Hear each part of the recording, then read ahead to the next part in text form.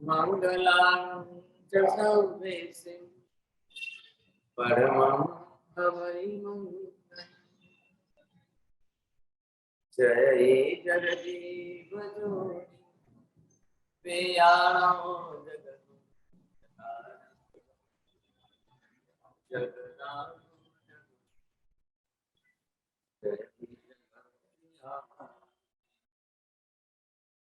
जय स्वयाणवो तीर्थयाराणं पश्चिमो जय जय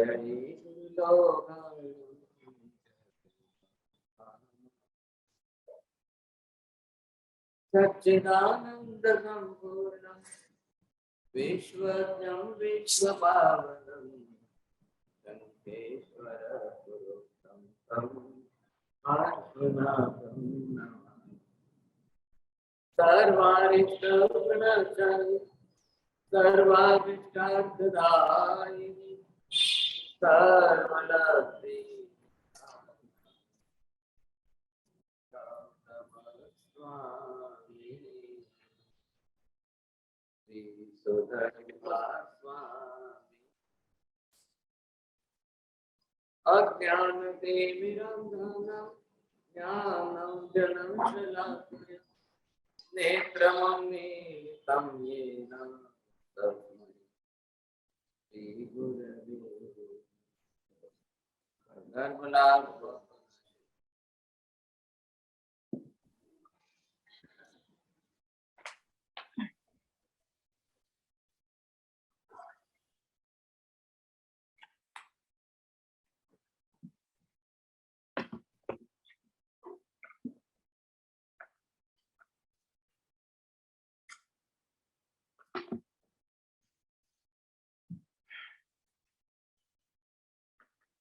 क्रियाकारित्व का जो विषय चल रहा है और मुख्य हमारा लक्ष्य इस समय यही चल रहा है, आत्मा को सिद्ध कैसे करना।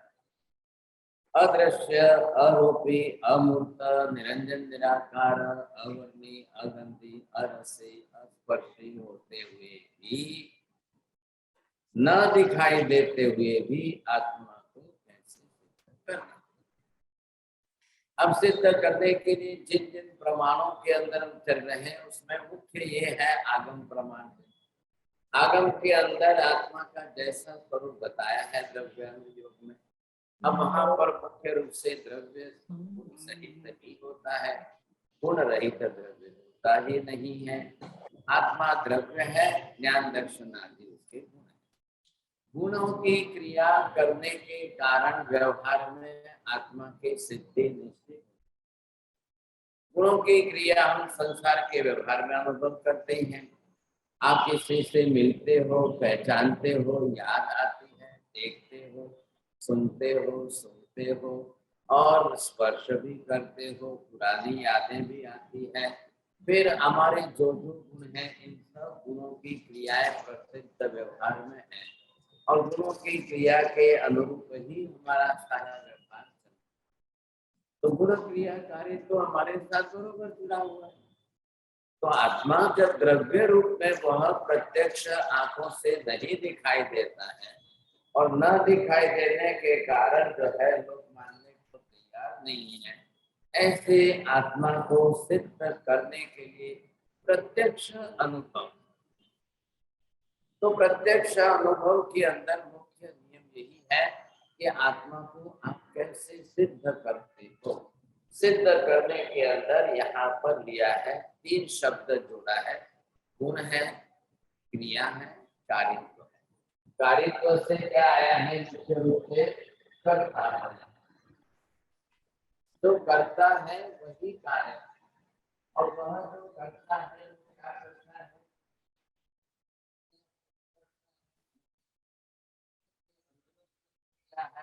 क्रिया करने वाला चेतन आत्मा। और कोई दूसरा इस प्रकार की क्रिया का कर्ता दूसरा कोई सिद्ध ही नहीं हो सकता है। ये मुख्य बात आ गई। अगर हम अन्य द्रव्यों की बात भी करें तो दूसरे द्रव्य कौन सिद्ध होंगे? इस प्रकार के गुण दूसरे किसी द्रव्य में नहीं है। इस प्रकार के ऐसे गुण दूसरे अन्य किसी द्रव्य में क्यों नहीं है? बोलेंगे नीति बेन?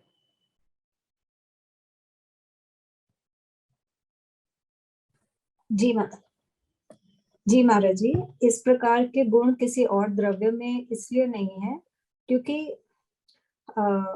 एक द्रव्य के गुण दूसरे द्रव्य में संक्रमित होते ही नहीं है। सब द्रव्यों के अपने अपने विशेष गुण होते हैं। बोलिए राहुल जी।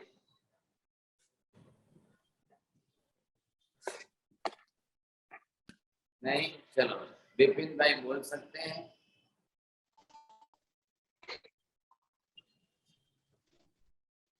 नहीं, चलो कुंजल बहन बोलेंगे।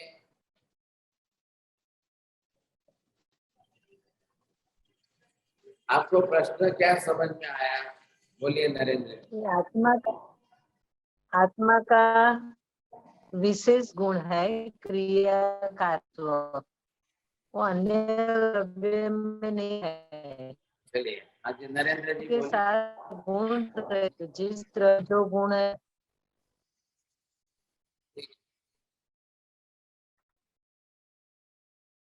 दूसरे द्रव्यों में कारित्व कर्ता का अभाव है। सबसे पहले क्या समझ रहे हैं? ये जो आत्मा के गुण है वो दूसरे किसी द्रव्य में क्यों नहीं है?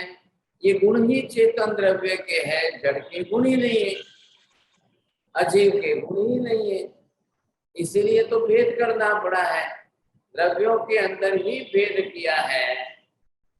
अजीव द्रव्य, जीव द्रव्य, चेतन द्रव्य, जड़ द्रव्य। ये जो भेद किया है किसके कारण किया है? और आपको ख्याल ये है जो आत्मा के गुण है वही कल हमने जो सीखा है, संख्या में अनंत है, प्रमाण में अनंत है, काल में अनंत काल से है। और जिस तरह से ये गुण बने हुए हैं आत्मा के साथ, अनादि अनंत काल हो गए, न तो कभी नष्ट होंगे और न ही कभी लुप्त होंगे। तो ये गुण जो है कौन से गुण है?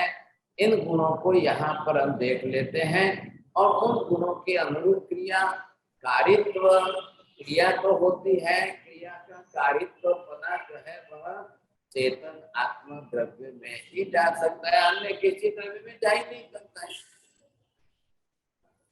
आपने एक तरफ एक आत्मा द्रव्य और दूसरी तरफ दूसरा द्रव्य, इन दो द्रव्यों का विभाजन तो आपने करके रखा है।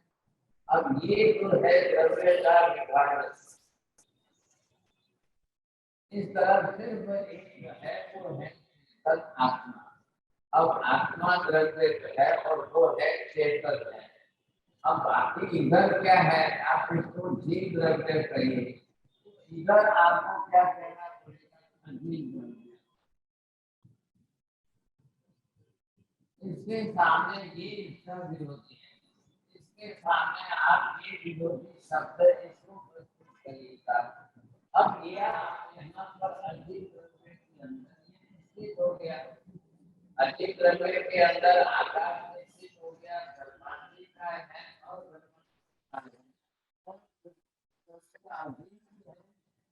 भी है। अब ये जो आत्मा चेतन द्रव्य है, इसके गुण जो है दूसरे किसी में नहीं है। चले, अजीव में आकाश में सिर्फ एक ही गुण है, एक ही गुण रहता है, परमानेंट एक ही गुण है, अनंत अनंत काल से एक ही गुण है। नियम क्या है? किसी भी द्रव्य में गुणों की अत्यधिक वृद्धि हुई नहीं है। जो है वही है, जो है जितने हैं उतने ही हैं, गुण बढ़े नहीं हैं और किसी के गुण घटे नहीं है। ये नियम बरोबर पक्का बना के रखिए साहब। राहुल जी, क्यों गुण घटे क्यों नहीं है, क्यों बढ़े नहीं है?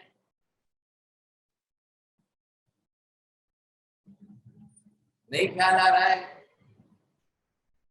बोलिए नरेंद्र जी। एक भी गुण का लोप होना, अभाव होना, नष्ट होना ये संभव ही नहीं है, होता ही नहीं है। और जिसके जो गुण है, जितने गुण है उतने ही है। आकाश में अनंत अनंत अनंत काल से एक ही है, एक ही है, एक ही रहेगा। कहां से लाओगे? बाहर से दूसरा कौन सा गुण लाओगे? कैसे लाओगे? कोई दूसरा ला करके गुण जो है वो आकाश में डाल के चला जाएगा? होना है क्या ऐसे? कोई बाहर से लाके धर्मस्थी काय के आकाश में डालेगा तो वो धर्मस्थी काय के सब प्रदेशों में कैसे फैलेगा? ये पदार्थ सभी पांचों अस्थि कायात्मक पदार्थ कहते हैं।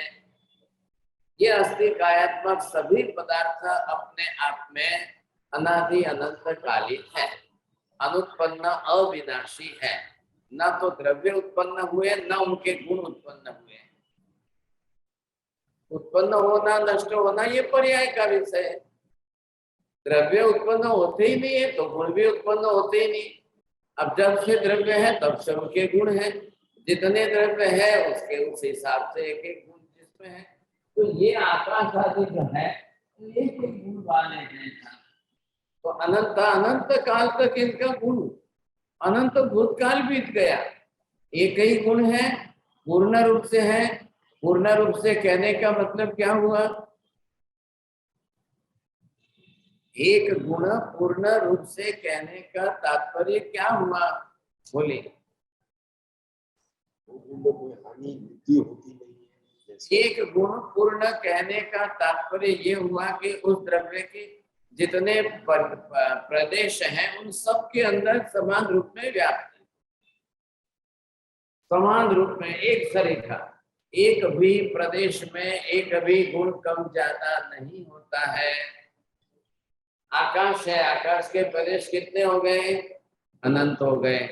एक एक प्रदेश में अवगाहना प्रदायकत्व गुण जो जितना है उतना ही अनंत में है।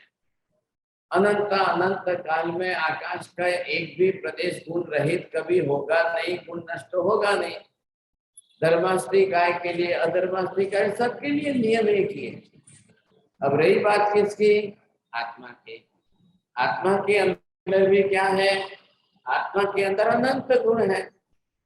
अनंत अनंत काल पहले से जितने जो गुण है वही है, एक भी बढ़ा नहीं है, एक भी घटा नहीं। क्यों नहीं घटते हैं? एक भी गुण नष्ट तो होता ही नहीं है। नया कौन सा गुण उत्पन्न हुआ? बोलिए आप। आदिनाथ भगवान के बाद अजितनाथ भगवान में नया कौन सा गुण उत्पन्न हुआ? अजितनाथ भगवान के बाद संभवनाथ भगवान में नया कौन सा गुण आया? पार्श्वनाथ भगवान में जो गुण नहीं था वो यह पार्श्वनाथ आदि 23 तीर्थंकरों में पहले तो गुण कभी था ही नहीं, वो महावीर स्वामी में नया कौन सा आया? संभव ही नहीं है। अनंत अनंत 24 बीत गई भूतकाल में। अनंत 24 में 2424 सभी तीर्थंकरों में जो जितने गुण थे वो सब में समान रूप से रहे, ना किसी में कम ज्यादा रहे। क्यों नहीं रहे कम ज्यादा? अब किसी को ख्याल नहीं आया, आप लिखिए। शाहिक भाव से गुण प्रकट होने पर पूर्ण ही प्रकट होता है।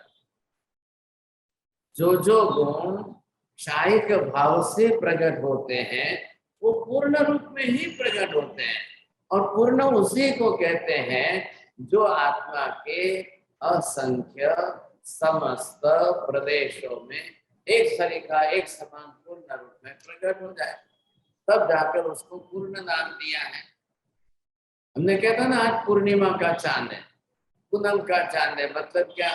पूर्ण चंद्रमा है, पूर्ण सूर्य है। पूर्ण का मतलब उसका एक भी अंश अब किसी से ढका हुआ आच्छादित नहीं। तो यहाँ पर ये विशेषता है कि एक भी जो है गुण अब अंश भी किसी से ढका हुआ नहीं। तो मतलब अंश का मतलब क्या हुआ? आत्मा के असंख्य प्रदेश में से एक भी प्रदेश ऐसा नहीं है जिसमें अनंत ज्ञान प्रकट न हुआ। ये पूर्णता है। तो यहाँ पर हम देख रहे हैं आकाश में उसका जो गुण है वो भी पूर्ण संपूर्ण है। धर्मास्त्री काय में उसका जो गुण है वो भी पूर्ण संपूर्ण है। अधर्मास्त्री काय में जो गुण है वो भी उसका पूर्ण संपूर्ण है। उद्गल में भी वही है, वर्ण गंध रस स्पर्श। एक भी परमाणु है तो उसमें वर्ण गंध रस स्पर्श अनिवार्य है, और वही परमाणु अनंत मिलकर के स्कंद बन गए तो वर्ण गंध रस स्पर्श और ज्यादा प्रकट हो गए। प्रमाण तो वही है ना। नियम क्या हुआ, कितना ही अनंत अनंत अनंत अनंत काल बीत जाए तो भी आत्मा के अंदर एक भी गुण नया कोई प्रकट होता नहीं है, और पुराना कोई संपूर्ण समूह होता नहीं। अब अनंत अनंत काल बीतेगा, अनंत अनंत काल बीतेगा, अनंत अनंत तीर्थंकर होंगे, अनंत अनंत आत्माएं सिद्ध होगी। एक सिद्ध से दूसरे सिद्ध में 19-20 कुछ है क्या? कहीं कुछ भी नहीं है। क्यों नहीं है? क्षय के भाव से सभी कर्मों का क्षय हुआ और सभी गुण पूर्ण रूप में प्रकट हुए। This is the similarity between infinite numbers of सिद्ध। अब अनंत अनंत सिद्ध जो है एक समानता है। जब सिद्धों में अनंत अनंत में समानता आती है तो अनंत अनंत अरिहंतों में भी वही समानता आती है, और अनंत अनंत अरिहंतों में आती है तो वही अनंत अनंत समानता समस्त अनंत जीवों में आती है। कोई फर्क नहीं। निगोद में अनंत अनंत जीव है, सत्ता में सबके गुण पड़े हुए हैं, बस सिर्फ फर्क क्या है, प्रकट नहीं है, ढके। नया कहां से लाएंगे, दूसरा कहां से, एक्स्ट्रा गुण बाहर से कहां से लाएंगे? और नियम तो है ये, एक द्रव्य का गुण दूसरे द्रव्य में तो जाता ही नहीं, फिर सवाल कहाँ हुआ? आप समझने की कोशिश करिएगा। अब ये है चेतन आत्मा। अब हम इसी बात यहाँ पर मुख्य रूप से कर रहे हैं। अब आप मुख्य रूप से कर रहे हो तो सवाल क्रियाकारी जो है वो आपको देखना है। अब ये है आत्मा। अब इस आत्मा के केंद्र में जो है ये इसका अनंत वीर्य है। ये अनंत वीर्य गुण का मतलब इसकी जो एनर्जी है, शक्ति है, ये आत्मा की शक्ति अनंत है। ये मैंने अनंत शब्द लिखा यहाँ पर। अब ये शक्ति जो अनंत है वो इधर जाकर के अनंत ज्ञान में प्रकट होगी, इधर जाकर अनंत दर्शन में प्रकट होगी। अब ज्ञान क्या है? ट्यूबलाइट है। दर्शन क्या है? बल्ब है। एक में ट्यूबलाइट समझो, एक में ये समझो। अब इसमें से प्रकाश प्रकटित होगा, इसमें से ये होगा। इधर आपको क्या देखना है? ये चारित्र है। अब ये एनर्जी यहाँ से जब इस दिशा में गई है तो इसने क्या किया? मोटर को मूव किया है, पंखा घुमाया है, एसी चलाया है। अब यहाँ पर ये जो अनंत वीर्य का गुण है यह आकाश में धर्मास्तिकाय अधर्मास्तिकाय आदि किसी में नहीं है, और नहीं होने के कारण दूसरे द्रव्य करता नहीं है। जिसमें अनंत वीर्य गुण है वही अपनी तरफ से क्रिया कर सकता है। तो आत्मा को भी क्रियाकारित्व किसके कारण है? अनंत वीर्य गुण के कारण है। ये एनर्जी यहाँ से प्रकट करता है, तो ये प्रकट करती हुई एनर्जी अब जिस दिशा में जहाँ जितनी प्रवृत्त होगी अब उसी दिशा में आत्मा उतनी ज्यादा क्रिया करेगा। अब ये जो है यहाँ से इसको क्रिया करना है। अब आप इसकी शक्ति को जहाँ जितनी घुमाएंगे उतनी तरह से क्रिया करेगा। अरे ये बात समझ में बोलेंगे, भावना बेन शाह बोलना आएगा। देखिए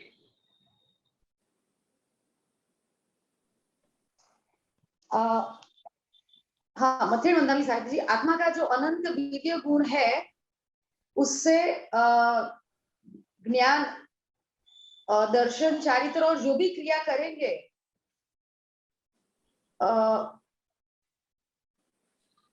वो अनंत वीर्य के हिसाब से होगा। चलो आप सुनिए थोड़ा सा, माता जी बोलिए, बरोबर समझ करके बोलना है, सही वाक्य बोलेंगे।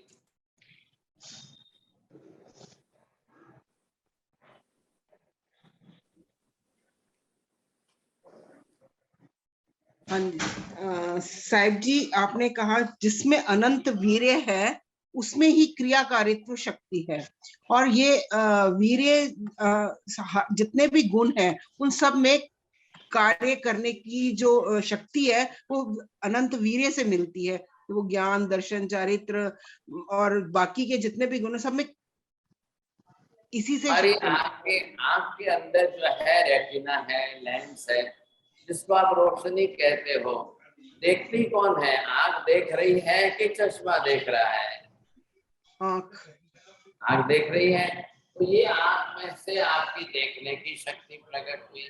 अब देखने की शक्ति प्रकट यहाँ से हुई है और ये चश्मा है। अब इधर से ये बाहर निकली था, तब यहाँ पर जो है, अब यहाँ आपको क्या देखना है? अब दर्शन की शक्ति इधर से जो प्रकट हुई है, अब कितने तरीके से प्रकट हुई है।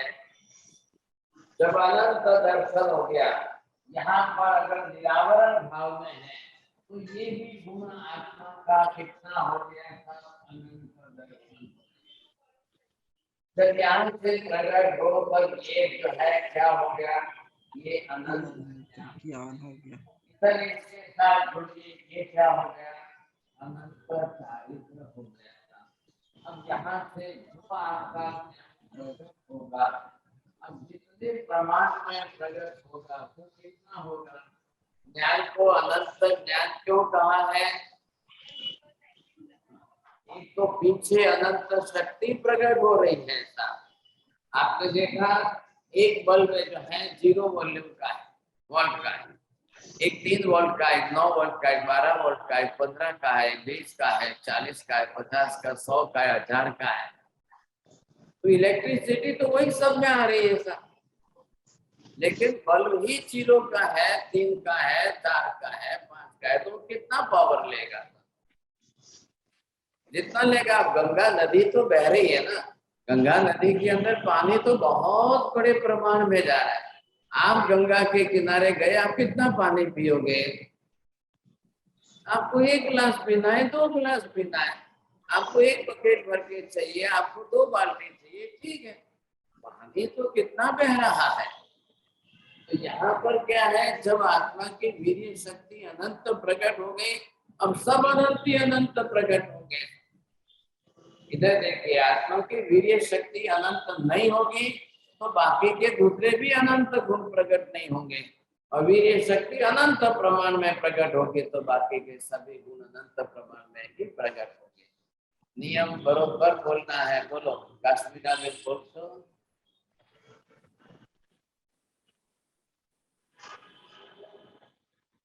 અનમ્યુટ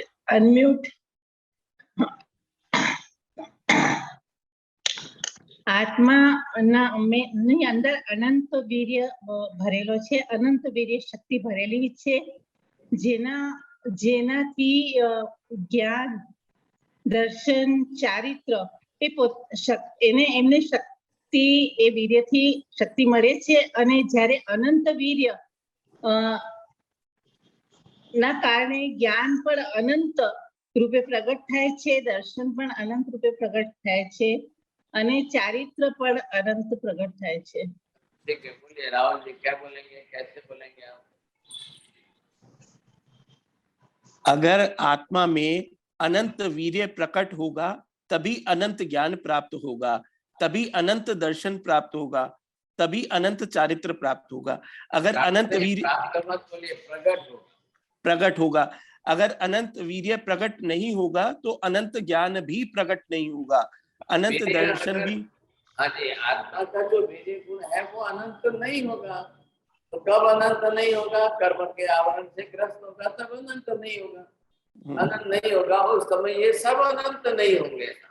हाँ। अनंत वीर्य होगा तो ये सब अनंत हो गए।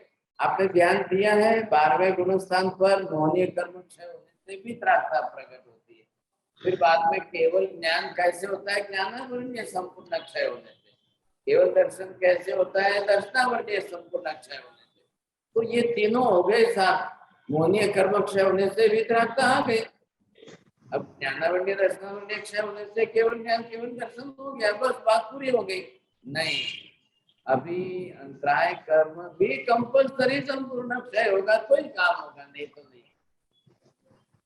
कल तो अंतराय कर्म संपूर्ण क्षय है, तो बहुत बड़ा रोल है उसका भी। क्यों जरूर क्या है उसकी? आपको तो केवल ज्ञान से मतलब है, चलो भाई साहब ज्ञानावरणीय संपूर्ण क्षय हो गया, केवल ज्ञान प्रकट हो गया, अब क्या करना है? आपको दर्शनावरणीय कर्म का क्षय होने से अनंत दर्शन से मतलब हो गया, मोहनीय कर्म क्षय हो गया तो वितरागता प्रकट हो गई, अब क्या काम है? अब क्या तकलीफ है आपको? नहीं, अंतराय कर्म क्षय नहीं होगा तो ये सब कैसे होंगे? तो अंतराय कर्म भी साथ में कंपल्सरी क्षय होना है। जब चारों घाती कर्म क्षय होंगे तभी केवल ज्ञान केवल दर्शन होगा। अब केवली भगवान जो है, जितना ज्ञान अनंत है उतना दर्शन अनंत है, उतनी ही शक्ति भी उनकी अनंत है, शक्ति भी अनंत है। अब इतनी शक्ति आत्मा की है तब जाकर के केवली भगवान समोत्तर में 6 घंटे देखना दे। हमारी तो बैठने की शक्ति नहीं है, बोलने की शक्ति की बात क्या है, लोगों की सुनने की शक्ति नहीं है। तो ये हमारी, तो उसका मतलब क्या हुआ? जैसे ही वीर्य अनंत नहीं होगा तो बाकी के सब अनंत नहीं, और जैसे ही वीर्य अनंत होगा तो बाकी के सब अनंत होगा। हाँ बिल्कुल, जब अंतराय कर्म संपूर्ण क्षय हो गया तो अनंत वीर्य प्रकट हो गया, बाकी के फिर क्या है? अब यहाँ पर लाके 1000 वोल्ट का जो है बल्ब डालो, फोकस रखो, देखो क्या होता है। अभी 0 का है तो कितना चलेगा, 3 वोल्ट का 9 वोल्ट का है तो कितना चलेगा, दोनों का काम देखिए आप यहाँ पर। तो यही वस्तु यहाँ है, आत्मा को कंपल्सरी अपना अनंत वीर्य। इधर क्या बात चल रही है? गुण क्रिया कारित्व। अब गुण क्रिया कारित्व के अंदर गुणानुरूप क्रिया, गुण के अनुसार क्रिया। कौन क्रिया करेगा? दीपक भाई, गुण जैसे क्रिया कर से के द्रव्य क्रिया कर से, द्रव्य क्रिया कर से। हाँ द्रव्य क्रिया करेगा, गुण नहीं करेगा। गुण के आधार पर द्रव्य करेगा, गुण के कारण पर द्रव्य करेगा। देखिए साहब, पानी में, मटके में पानी रखा है, अब मटका ठंडा होगा कि पानी ठंडा होगा? क्या लग रहा है? आपने ग्लास में रखा, आपने स्टील की बॉटल में रखा है, आपने और किसी में रखा है, क्यों नहीं पानी ठंडा हो रहा है? उधर जो है मटका ठंडा हुआ कि पानी ठंडा हुआ है? तो शीतलता का गुण किसमें है साहब? अब पानी मटके में है, हवा लग रही है, और इसके कारण जो है मटके के अंदर का रखा हुआ पानी ठंडा होता रहेगा। तो ये यहाँ पर केंद्रीभूत है ऐसा। तो अभी आपको क्या है, एक गुण की क्रिया कितनी? इधर देखिए, अब ये कौन सा गुण है आपका? अनंत वीर्य गुण प्रकट हुआ। अब ये गुण इधर एनर्जी जो है इसमें प्रकट हुई। अब इससे क्या होगा?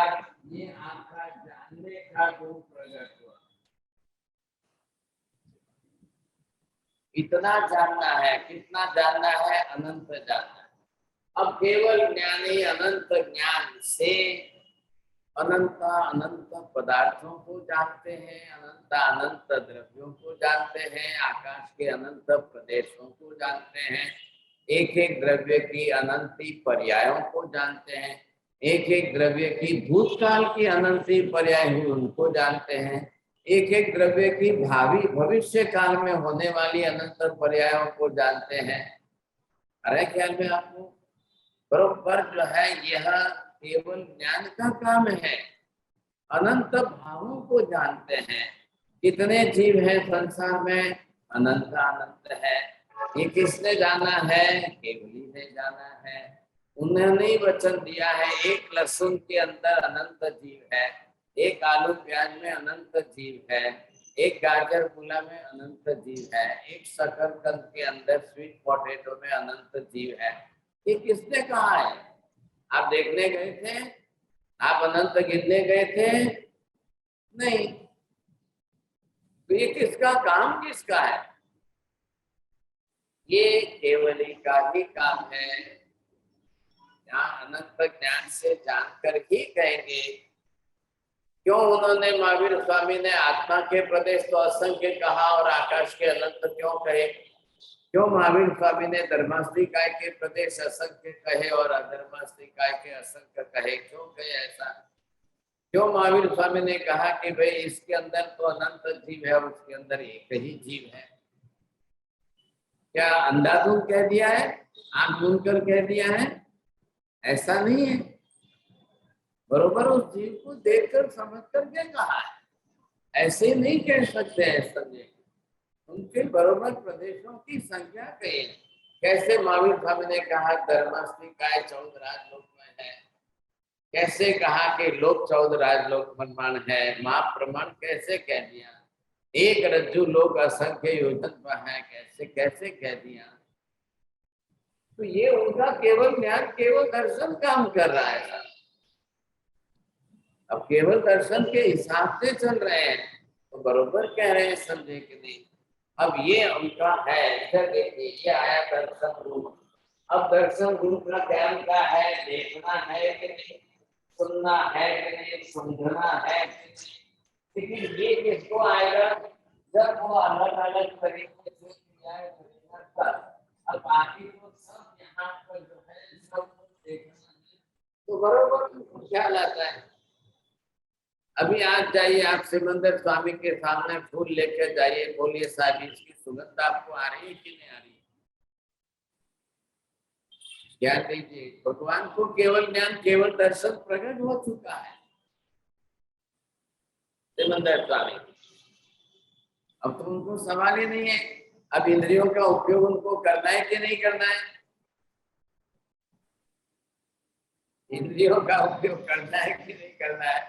अब देखना, सूंघना, सुनना, स्पर्श करना आदि कोई नष्ट थोड़ी हो जा रहे हैं, प्रकट तो होंगे ना सब। जब हम आवरणीय कर्म के कारण जो है अल्प प्रमाण में जो प्रकट थे, तो कर्म का आवरण सर्वथा हट गया तो अनंत प्रमाण में प्रकट होते। ऐसे स्थिति के अंदर अब बरोबर जो है देख रहे हैं। अब भगवान कोई कहाँ पर है, कोई मनुष्य लोक में है, कोई सिद्ध अवस्था में है, लेकिन वहां से भी पूरा लोक अलोक संपूर्ण देख रहे हैं। तो ये किसका काम है? ये जो जानने का काम, देखने का काम जो कर रहा है वही चेतन आत्मा है। क्या लाया? हम गुण के अनुरूप, ये जानना गुण है, देखना गुण है। जानना आकाश आदि का काम नहीं है, देखना आकाश धर्मास्तिका धर्मास्तिका नहीं है। कौन देख रहा है? जो देख रहा है वही आत्मा है, जो जान रहा है वही आत्मा है, जो अपनी वीर्य शक्ति प्रकट कर रहा है वही चेतन आत्मा है। आपको इसी तरह से सेंटेंस बनाकर लिखने पड़ेंगे। गुण लिखिए और गुण के अनुसार क्रिया लिखिए और गुण और क्रिया का जोड़कर वाक्य बना करके लास्ट में ये लिखिए, जो देखता है वही चेतन आत्मा है, जो जानता है वही चेतन आत्मा है, जो वीर्य शक्ति प्रकट करता है वही आत्मा है। ये आपको वाक्य बनाने हैं साहब। अब आप सब जने अलग अलग तरीके से आत्मा के सब गुणों के आधार पर कितने सेंटेंस बना सकते हैं? जितने गुण हैं उतने सब सेंटेंस आप आराम से बना सकते हो। अब ये गुण सबसे यहाँ पर क्या है? चलो इतना बड़ा एक गुण है, इसका तो एक ही काम है जानना। ये गुण इतना एक बड़ा है, इसका काम सिर्फ अकेला देखना ही है। लेकिन ये जो चारित्र गुण है, ये इसके गुणों का समूह है। अब ये इसके अंदर कितने गुण हैं? इन गुणों के सब प्रकार की सारी क्रियाओं को कौन करता है? अब यहाँ पर जितनी क्रिया है तो इन सब गुणों के अनुरूप उसकी क्रिया है।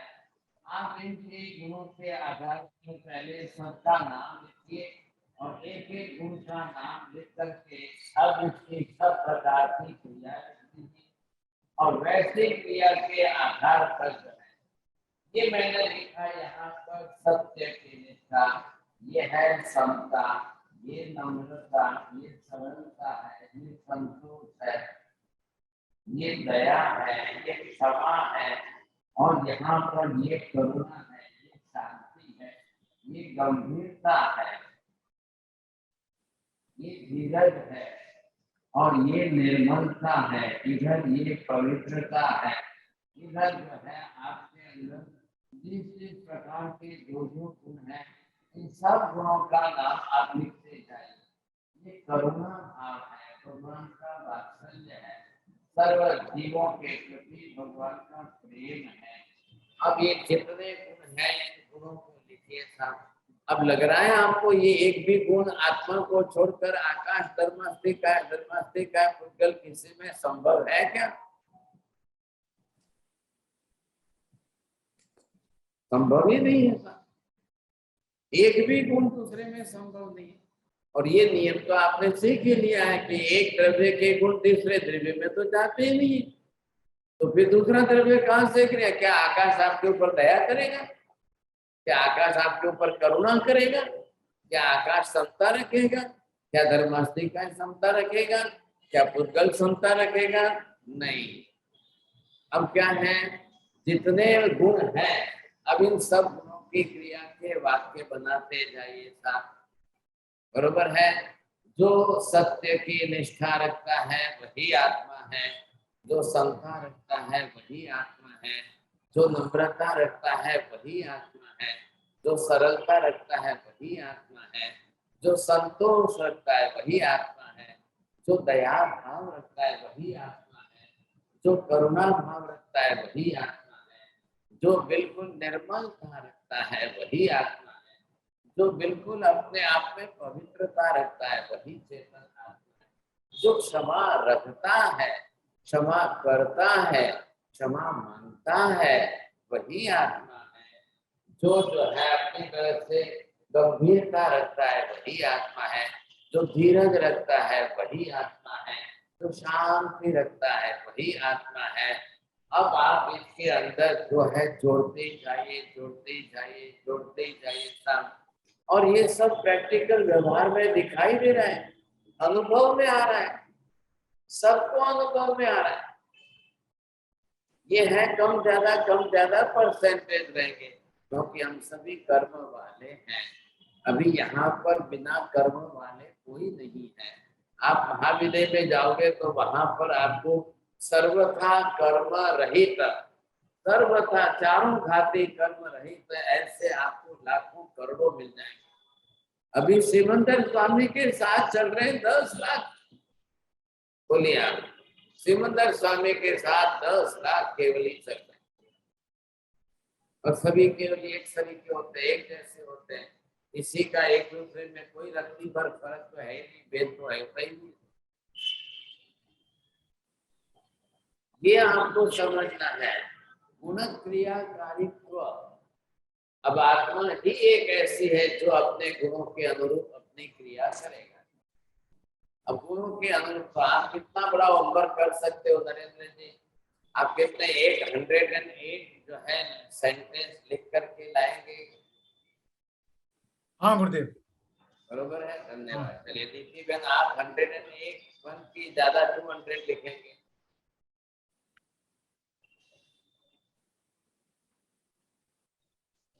जी महाराज जी, ट्राई करती हूँ। आपसे उन्होंने पहले बोला और आप बोलते ट्राई करती हूँ। अभी ऐसा बहन आप फिगर ही बता दो लिख करके, 101 लिखेंगे कि 200 लिखेंगे? ये होमवर्क करना है आपको। आत्म सिद्धि आप खुद अनुभव कर रहे हो। ईच एंड एवरी सेंटेंस मैं यहाँ जितना बोल गया, अब ये सब है बरोबर प्रकट होने चाहिए, और है सब में है। हमारे में क्या है, आज पूर्ण रूप में सभी प्रकट नहीं है, क्योंकि आवरणीय कर्म सामने है। ठीक है, आवरणीय कर्म है तो थोड़े थोड़े प्रमाण में भी प्रकट तो है ही ऐसा, तो बरोबर आप लिख सकते हो समझे के लिए।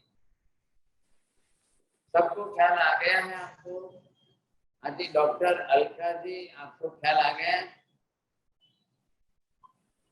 ललिता जी थे, योगी बहन थे, बोलिए। आपके भले खिड़की बंद हो, विंडो बंद हो, आपको होमवर्क सबको करना है, चाहे कोई यहाँ पर जूम पर है, कई भाग्यशाली जो है वो यूट्यूब पर है, कोई फेसबुक पर है, जो जहाँ पर ध्यान से सुन रहे हो, लेकिन आप होमवर्क करेंगे, आप खुद अपनी तरफ से प्रयत्न करेंगे, तो ये हमारे अनुभव की चीज है। प्रेम कौन करता है ऐसा? प्रेम भी तो आत्मा ही करेगी, कोई आकाश थोड़ी प्रेम करेगा, धर्मास्त्री का थोड़ी प्रेम करेगा, उद्गल थोड़ी प्रेम करता है, कभी कुछ नहीं करता है, आत्मा ही करता है। अब इतने सब गुण, अभी तो हम यहाँ के दिख रहे हैं, अब यहाँ पर आप आ गए, इधर आप जो है, अब ये कौन सा है, हमने ये गुण यहाँ लिया है, अब बाकी के यहाँ पर जो है ये दान का गुण है, अब ये दान का गुण है, अब ये भोग का गुण है, और ये उपभोग का गुण है। तो आप ये सारे गुणों में से ये देखिए, यहाँ पे शक्ति प्रकट होती है, तो ये गुण बाहर प्रकट होते हुए आपको दिखाई देंगे। यहाँ तो सबसे बड़ा खजाना है, इसका नाम क्या दिया है? चारित्र। चारित्र का मतलब क्या है? आचरण करना है। अब इतने सब गुण यहाँ पर जो है, आप प्रतिदिन अपने में किन किन गुणों का आचरण करते हो? आप अपनी तरफ से करुणा भाव रखते हो कि नहीं? क्षमा मांगते हो, क्षमा करते हो कि नहीं? आप अपनी तरफ से शांति रखते हो कि नहीं? तो ये सारे गुण है। अब गुण के प्रत्येक एक गुण से यहाँ से अब ये गुण आपका प्रकट होना चाहिए था। गुण गुण जितने जहाँ पर जितने प्रमाण में है, अब ये गुण की क्रिया आप करेंगे, तभी आपका ये गुण अंदर से प्रकट होगा। तो ये कौन करने वाला है? सामने देख लीजिए, आकाश धर्मास्ती का है, धर्मास्ती का है खुद गल। अब वो तो कोई प्रकट, ये वो तो कोई समता रखने वाले नहीं है, वो कोई सरलता रखने वाले नहीं है, तो कौन रखेगा? जिसको रखनी है वही आत्मा है। चेतन आत्मा एक ही है जिसको खुद को रखना है। इधर अब आप जो है एक विभाग ये पूरा हो जाता है, अब हम आएंगे यहाँ पर, ये दूसरा विभाग है। अब इसके अंदर भी अपने गुण पड़े हैं, अब इन गुणों के अनुसार भी उसी जीव को क्रिया करनी है, साहब दूसरा नहीं करेगा। फिर हम नेक्स्ट क्लास में समझेंगे गुणानुसारी क्रिया या धर्मानुसारी क्रिया। गुण क्रिया करते हैं, गुण के अनुरूप आत्मा क्रिया करती है, या धर्म के अनुसार क्रिया करती है। और उसके बाद तीसरी क्लास आएगी आगे, तो ये विषय बरोबर आप लिख करके होमवर्क सही ढंग से करेंगे तो ही पॉसिबल है, नहीं तो पॉसिबल नहीं है। बोलो छायाबेन, शू समझायो, કેટલું સમજાયો? બોલો।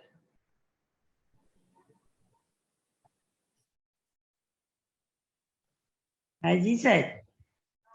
गुण क्रिया कार्यत्व, गुण क्रिया करने के हिसाब से आपको कितनी बात कौन सी समझ में आई, और गुणों के अनुसार, क्योंकि गुण संसार में सबके प्रत्यक्ष की अनुभूति है, और गुणों के अनुरूप क्रिया की जाती है, वो सबके अंदर बराबर प्रत्यक्ष में अनुभूति में आ रहा है।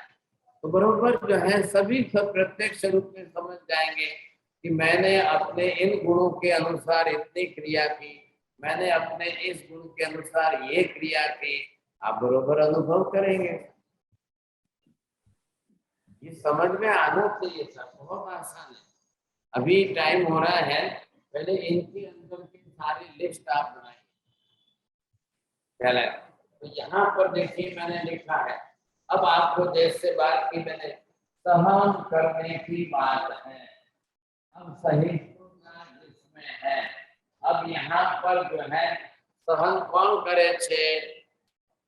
आकाश सहन करे छे, धर्मास्तिकाए सहन करे छे, अधर्मास्तिकाए सहन करे छे, उद्गल सहन करता है, शरीर सहन करता है कि आत्मा सहन करती है? कौन करता है?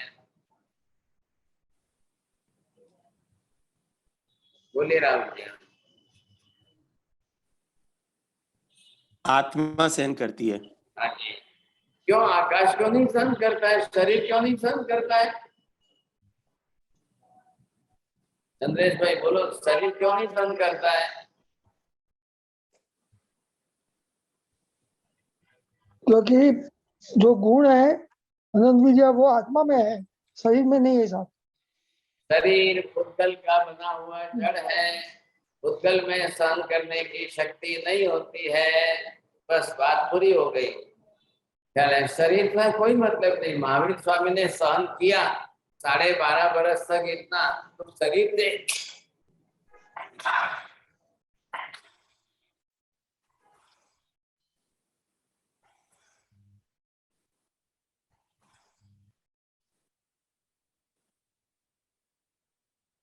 महावीर स्वामी ने शरीर से सहन किया है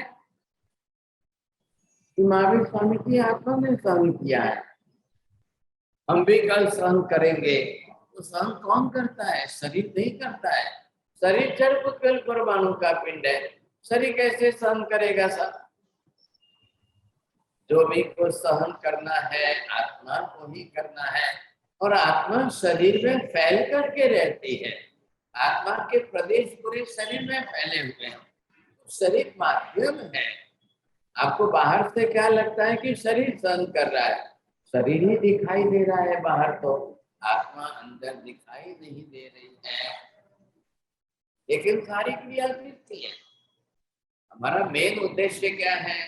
न दिखाई देते हुए भी आत्मा अपने गुणानुसार क्रिया करने से प्रत्यक्ष में अनुभव में आती है। ये सारांश का मेन पॉइंट मैंने आपने बताया। क्या है? तो प्रत्यक्ष अनुभव किसका हुआ है? प्रत्यक्ष में अनुभव जो है वो गुणानुसारी क्रिया का हुआ है, आत्मा द्रव्य का अनुभव नहीं हुआ है। आत्मा अपने आप में द्रव्य रूप में है, जो द्रव्य है वो द्रव्य वैसा ही है, सबका है। आप परस्पर दो जने मिलते हो, सामने बैठते हो, बातें करते हो, देखते हो एक दूसरे को, तो सारा व्यवहार हमारा ज्ञान दर्शन का चलता है। अब डेड बॉडी के साथ में कोई बैठकर बातें करेगा क्या? डेड बॉडी के सामने बैठकर कोई बात करेगा? कोई वो डेड बॉडी आपके पास सुनने वाला है? आप बोलते रहोगे, वो सुनेगा क्या? अब डेड बॉडी सहन करती है क्या? जब अपने संस्कार करते हुए हम शरीर को जलाते हैं, तो वहां क्यों नहीं चिल्लाता है? वहां उसको वेदना पीड़ा वो चिल्लाता क्यों नहीं है? कुछ भी नहीं है। तो ये विशेषता यहाँ पर आ गई। आज हम यहाँ पर आत्मा के बारे में, ये प्रत्यक्ष प्रमाण की बात है। अब इसमें प्रत्यक्ष है कि परोक्ष है? सहन करना यह प्रत्यक्ष है कि परोक्ष है? जानना देखना ये प्रत्यक्ष है कि परोक्ष है? ये तो इंटरनल मैकेनिज्म मैंने बताया आपको। अंदर अनंत वीर्य गुण है, यहाँ से शक्ति प्रकट होती है। अब ये शक्ति किस दरवाजे से प्रकट होगी? या तो ज्ञान के दरवाजे से, या दर्शन के दरवाजे से, या चारित्र के दरवाजे से। अब जिस दरवाजे से शक्ति प्रकट हो जाए, आप अपने घर में बैठे हो, कौन सी खिड़की खुली रखते हो? किस दिशा की खिड़की खुली रखते हो? उस दिशा से हवा प्रकाश आएगा। जिस दिशा से आपने खिड़की बंद रखी, वहां से हवा प्रकाश नहीं आएगा। बोले साहब, चलिए प्रश्न है किसी को? अभी हमारे पास में 5-6 मिनट बाकी है, क्योंकि भाभी दूसरी क्लास चालू होगी 8 बजे। अजी बोलिए कुंजल में। किसी को कोई भी प्रश्न हो तो हैंड रेस कीजिएगा। बोलिए कुंजल जी। नंदानी, जड़ और अजीव में थोड़ा फर्क नहीं पता चलता है, जड़ क्यों बोलते हैं? अजीव द्रव्य तभी हो गए, जीव द्रव्य नहीं है वो अजीव हो गए, बरोबर। अब जड़ उसको कहेंगे कि जिसमें भार है, वजन है, मास है, वेलोसिटी है, वो जड़ है। अच्छा, आगे बात आपको ख्याल में। अब बाकी के उसमें नहीं है। आकाश धर्मास्ती का है, धर्मास्ती का है, जड़ नहीं है, क्योंकि उसके अंदर मास एंड वेलोसिटी नहीं है, उनके अंदर भार नहीं है। जड़ में भार है निश्चित रूप से, वर्ण गंध रस स्पर्श। आत्मा का भार है कि नहीं है? नहीं है, बिल्कुल नहीं। नहीं। क्यों नहीं है? जो भार उद्गल में ही होता है, परमाणु में ही होता है, तो आत्मा परमाणुओं का बना हुआ नहीं है। ये आत्मा अपने आप में कैसे के अंदर आत्मा का गुण आपको ये बताया और गुरु है और लघु है, ये आत्मा का गुण है। अब यही धर्म गुण जो है धर्म के रूप में बन करके आकाश भी ऐसा ही है, धर्मास्तिकाय भी ऐसा ही है, अधर्मास्तिकाय भी ऐसा ही है। हम इसको द्रव्यानुयोग की क्लास में थोड़ा और क्लियर करेंगे, तब आपको समझ में आएगा। हाँ जी बोलिए नीति बेन। ब्लैक बोर्ड पे आपने वो जो 4th डिवीजन में गुण लिखे हैं वो कौन से हैं, वो समझ में नहीं आए जी। यहाँ वाले ज्ञान है, लाभ है, भोग है, उपभोग है। ओके, समझ में आया। क्योंकि वीर्य शक्ति यहाँ लिखी है, अंतराय कर्म की 5 प्रकृतियों के मुख्य गुण। तो यहाँ एनर्जी, मेन एनर्जी ये है। अब ये दान में प्रकट होगी, लाभ में प्रकट होगी, भोग में प्रकट होगी, उपभोग में प्रकट होगी, जिसमें होगी उसमें होगी। बिल्कुल।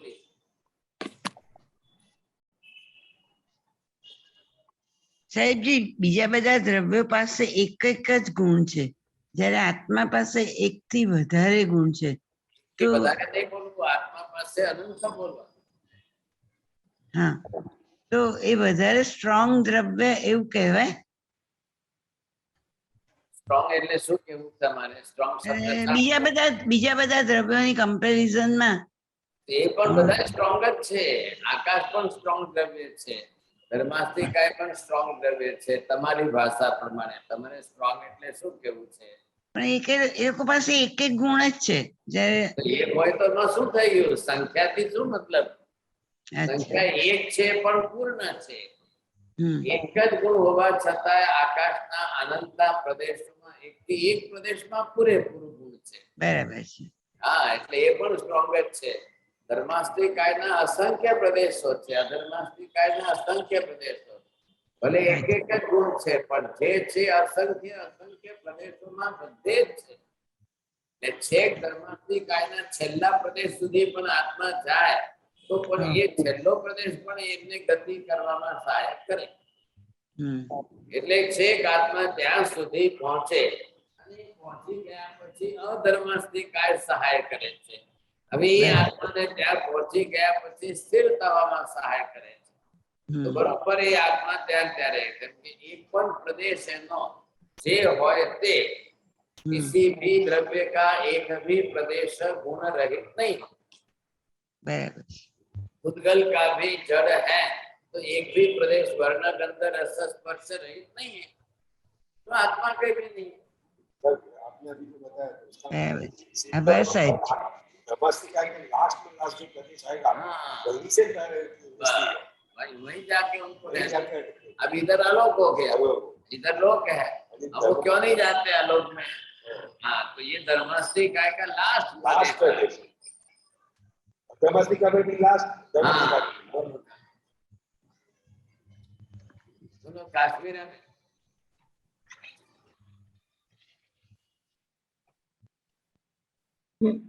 સાહેબજી યશો વિજયજી મહારાજ સાહેબના આદિનાથ ભગવાનના અસ્તવનમાં એક પંક્તિ આવે છે, ઇન્દ્રચંદ્ર રવિ ગિરિતણા ગુણ લઈ ઘડિયું અંગ. તો આ क्या संदर्भમાં? वहां पर ऐसा है कि इंद्र के अंदर चंद्र के अंदर उनकी जो चंद्र की शीतलता है, इंद्र आदि के जो ऐसे गुणों को लेकर के आपके शरीर को घड़ाई की गई है, रचना की गई, उपमा दी गई है। ख्याल जैसे भक्तामर के अंदर कैसे ये शांत राग रुचि परमाणु निर्मापित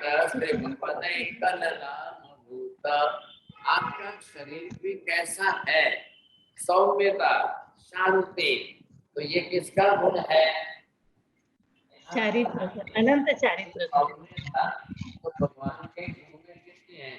अब शांत रस के पुद्गल परमाणु जितने थे उतने सब आपने लेकर के शरीर बना दिया, इसलिए आपके अंदर इतनी अनंत शांति है। जी क्यों आपको राग द्वेष नहीं आ रहा है? क्यों राग द्वेष नहीं है? तावत्तेव खलु ते प्रणव प्रतिव्याप्ति। बस दुनिया में उतने ही परमाणु थे जितने सब लेकर के आपने शरीर बना लिया। यत्ते समानम अपरम नहीं रूपम अस्ति। वो आपके जैसा दूसरा किसी का नहीं है। अब कहाँ से होगा? जब सब आपने लेकर शरीर बना लिया तो दूसरे के लिए क्या बचेगा? मतलब क्या है? ऐसा होता तो नहीं है ना, होता तो नहीं है। क्या है? पुद्गल का शांत है, परमाणु कौन से शांत है? उपमा है। उपमा परीक्षा अलंकार जिसको बोलते हैं। परमात्मा में इतनी अनंत शांति कहाँ से आई? क्या इतनी अनंत गुणी शांति कहाँ से आई? ये उत्प्रेक्षा अलंकार की लैंग्वेज लेकर के मानसूरी महाराज अपने कवित्व की शक्ति बताई। लेकिन शांति है किसका गुण? आत्मा का गुण है। पुद्गल में थोड़ी होती है, शांत रस पुद्गल में थोड़ी होता है, आत्मा में होता है। हाँ जी बोलिए सर। चलिए टाइम हो गया है, दूसरी क्लास शुरू करेंगे। नमो हरियंतान, नमो सिद्धार, नमो आर्यान, नमो वज्रायन, सर्वसारं हे सुमंच नमस्कारो सर्वभावपणासनं मंगलानं च सर्वेतिं परमं भवै मंगलम भगवान विष्णु मंगलम गौतम प्रभु मंगलम सूर्यभद्राभ्यां चत्तारि मंगलम अरिहंता मंगलम सिद्धा मंगलम साहु मंगलम केवले बन्नतोतम चत्तारि लोकोत्तमम् अरिहंता लोकोत्तमः सिद्धा लोकोत्तमः साहु लोकोत्तमः केवले बन्नतोतम चत्तारि शरणं भवजामि अरिहन्ते शरणं भवजामि सिद्धे शरणं भवजामि साहु शरणं भवजामि केवली बन्नतं धम्मं शरणं भवजामि सर्वमंगल मांगल्यं सर्वकल्याणकारणं प्रधानं सर्वधर्म जयति शान्ति।